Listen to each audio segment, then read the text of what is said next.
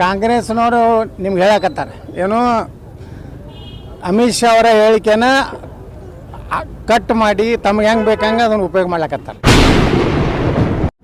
ಬಾಬಾ ಸಾಹೇಬ್ ಅಂಬೇಡ್ಕರ್ ಅವರಿಗೆ ಬಾಂದ್ರಾದಲ್ಲಿ ದಾದರ್ದಲ್ಲಿ 2 ಸಲ ಸೋಲಿಸಿದವರು ಯಾರು? ಬಾಬಾ ಸಾಹೇಬ್ ಅಂಬೇಡ್ಕರ್ ಅವರ ದೆಹಲಿಯಲ್ಲಿ ಅವರು ನಿಧನರಾದಾಗ ಅವರಿಗೆ ಒಂದು 10x10 ಜಾಗ ಕೊಡಲಾರ್ದವ್ರು ಯಾರು? ಬಾಬಾ ಸಾಹೇಬ್ ಅಂಬೇಡ್ಕರ್ ಅವರು ನಮ್ಮ BJPಯ ಬೆಂಬಲಿತ ವಾಜಪೇಯಿ ಅದ್ವಾನಿಯವರು ಕೇಂದ್ರ ಮಂತ್ರಿ ಆದಾಗ ಭಾರತ ರತ್ನ ಕೊಟ್ಟರು. ನಾವು ಮುಂಬೈದಲ್ಲಿ ಏನವ್ರ ಅಂತ್ಯಕ್ರಿಯೆ ಆಯ್ತಲ್ಲ, ಯಾವಾಗ ಬಾಬಾ ಸಾಹೇಬ್ ಅಂಬೇಡ್ಕರ್ ಅವರಿಗೆ ದಿಲ್ಲಿದಿಂದ ಮುಂಬೈಗೆ ಆ ಪಾರ್ಥಿವ ಶರೀರ ತರಲಿಕ್ಕೆ ಸಹ ವಿಮಾನದ ವ್ಯವಸ್ಥೆನೂ ಮಾಡಲಿಲ್ಲ. ಸ್ವತಃ ಬಾಬಾ ಸಾಹೇಬ್ ಅಂಬೇಡ್ಕರ್ ಅವರ ಕಾರ್ ಮಾರಿ ಆ ಬಂದಂಥ 5,000 ರೂಪಾಯಿ ಹಣದಲ್ಲಿ ಅವರ ಒಂದು ವಿಮಾನದ ಹಣ ಇದು ಏನು ಇದು ಅದನ್ನು ಬಾಡಿಗೆ ತುಂಬಿ ತೊಗೊಂಡು ಬರೋಂಥ ಪರಿಸ್ಥಿತಿ ಆಯ್ತು.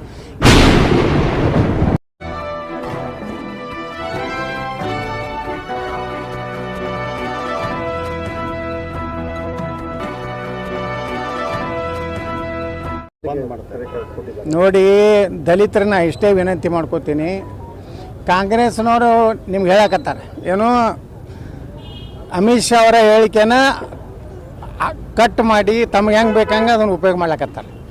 ಹಾಗಾದರೆ ಕಾಂಗ್ರೆಸ್ನ ನಾನು ಕೇಳಕ್ಕೆ ಬಯಸ್ತಾ ಇದ್ದೀನಿ, ಬಾಬಾ ಸಾಹೇಬ್ ಅಂಬೇಡ್ಕರ್ ಅವರಿಗೆ ಬಾಂದ್ರಾದಲ್ಲಿ ದಾದರ್ದಲ್ಲಿ 2 ಸಲ ಸೋಲಿಸಿದವರು ಯಾರು?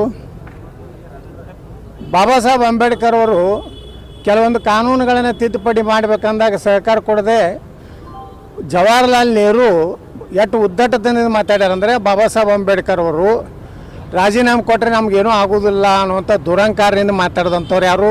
ಜವಾಹರ್ಲಾಲ್ ನೆಹರು. ಬಾಬಾ ಸಾಹೇಬ್ ಅಂಬೇಡ್ಕರ್ ಅವರ ದೆಹಲಿಯಲ್ಲಿ ಅವರು ನಿಧನರಾದಾಗ ಅವರಿಗೆ ಒಂದು 10x10 ಜಾಗ ಕೊಡಲಾರ್ದವ್ರು ಯಾರು? ಕಾಂಗ್ರೆಸ್ನವರು.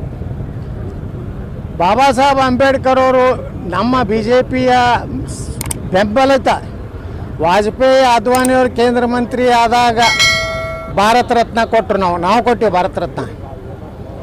ಭಾರತ ರತ್ನ ನೆಹರುಗೂ ಯಾರು ಕೊಟ್ಟಿರಲಿಲ್ಲ, ನೆಹರು ಸ್ವಂತ ತಾನೇ ತೊಗೊಂಡ.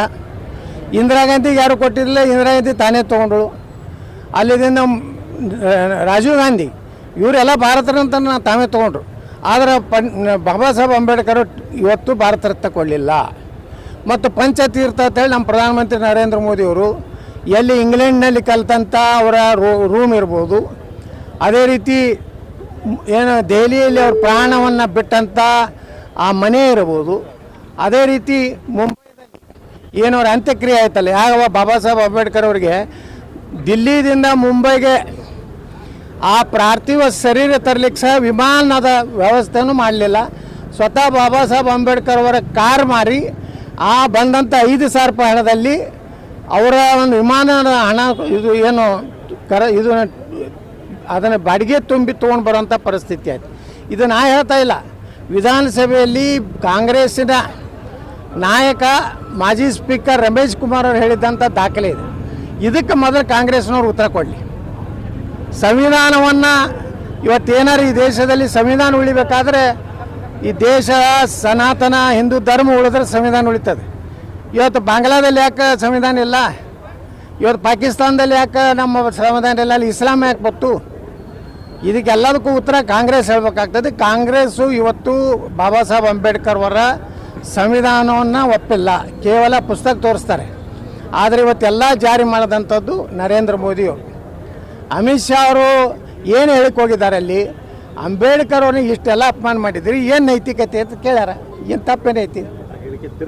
ಆ ಹೇಳಿಕೆಯನ್ನು ತಿರುಚಿ ತಮಗೆ ಹೆಂಗೆ ಯಾವಾಗಲೂ ಕಾಂಗ್ರೆಸ್ ಇದೇ ಮಾಡ್ಕೊತ ಬಂದಿದೆ.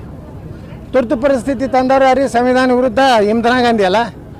ಮತ್ತು ಸಂವಿಧಾನದಲ್ಲಿ ಜಾತ್ಯತೀತ ಸೆಕ್ಯುಲರ್ನು ಶಬ್ದನೇ ಇರಲಿಲ್ಲ, ಇಂದಿರಾ ಗಾಂಧಿ ಸೇರಿಸಿದ್ದು. ಅಂದರೆ ಸಂವಿಧಾನನೇ 73 ಸಲ ಇವರು ನೀವು ತಿದ್ದುಪಡಿ ಮಾಡಿರಲ್ಲ. ನೀವು ಬಾಬಾ ಸಾಹೇಬ್ ಅಂಬೇಡ್ಕರ್ ಸಂವಿಧಾನಕ್ಕೇ ಗೌರವ ಕೊಟ್ಟಿಲ್ಲ ಅಂದಮೇಲೆ ನಾ ದಲಿತರಿಗೆ ವಿನಂತಿ ಮಾಡ್ಕೊತೀನಿ, ಇವರ ಪಳ್ಳು ಭರವಸೆ ಇದು ಕೇವಲ ಕಾಂಗ್ರೆಸ್ ಮುಸ್ಲಿಮರ ಪಕ್ಷ, ಇದು ದಲಿತರ ಪಕ್ಷನೂ ಅಲ್ಲ, ಹಿಂದೂಗಳ ಪಕ್ಷ ಅಲ್ಲ.